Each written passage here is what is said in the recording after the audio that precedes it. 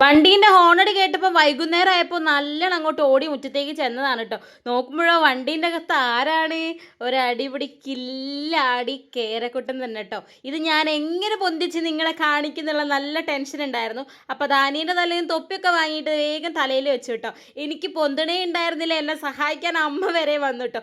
ഏകദേശം ഒരു 18 കിലോൻ്റെ അടുത്ത് 15-18 കിലോൻ്റെ അടുത്ത് വരും കേട്ടോ ഈ മീനിൻ്റെ വെയിറ്റ് എന്ന് പറയുന്നത്. അതുകൊണ്ട് തന്നെ ഞാൻ എപ്പോഴും കാണിക്കുന്ന പ്രഹസനങ്ങളൊന്നും കാണിക്കാൻ എനിക്ക് കഴിഞ്ഞതേ ഇല്ല. പിന്നെ എൻ്റെ ഡ്രസ്സിൻ്റെ കളറും മീനിൻ്റെ കളറും ഏകദേശം ഒരുപോലെ ആയതുകൊണ്ട് ഈ മീൻ അങ്ങനെ എടുത്ത് കാണിക്കുന്നില്ല എന്ന് എനിക്ക് തോന്നി കേട്ടോ. അവസാനം ഞാനൊരു ബക്കറ്റ് പൊന്തിച്ച് വന്നു. അങ്ങനെയെങ്കിലും നിങ്ങളെ കാണിക്കാമല്ലോ എന്ന് വിചാരിച്ചിട്ടോ. ഈ മീൻ എങ്ങനെയുണ്ട് ഗൈസ്? അടിപൊളിയല്ലേ? നല്ല വലുപ്പമുള്ള മീനാണ് കേട്ടോ. ശരിക്കും എന്നെ അത്രത്തോളം ഉയരമുള്ളൊരു വലിയ മീനായിരുന്നു കേട്ടോ. പിന്നെ അതാ ഒരു വിധത്തിൽ ഞാൻ ഇങ്ങനെയൊക്കെ പിടിച്ചിട്ട് ഒരു ഫോട്ടോസും വീഡിയോസും ഒക്കെ അമ്മനെ കൊണ്ടൊക്കെ എടുപ്പിച്ചു കേട്ടോ. എൻ്റെ വീഡിയോ എടുപ്പും ഫോട്ടോ എടുപ്പും കഴിഞ്ഞാൽ നേരെ ഞാൻ ആ വണ്ടിയുമ്പോൾ തന്നെ കൊണ്ടുവച്ചു കേട്ടോ. ഇതൊരു നടക്കി പോകില്ല എന്ന് എനിക്ക് മനസ്സിലായി. ഇത് എന്നെ കൊണ്ട് പൊക്കിയാൽ പൊക്കൂല എന്ന് മനസ്സിലായി കേട്ടോ. അപ്പം നിങ്ങൾക്ക് എൻ്റെ ബിഗ് മീൻ ഇഷ്ടമായോ ഗൈസ്? അപ്പോൾ ബൈ.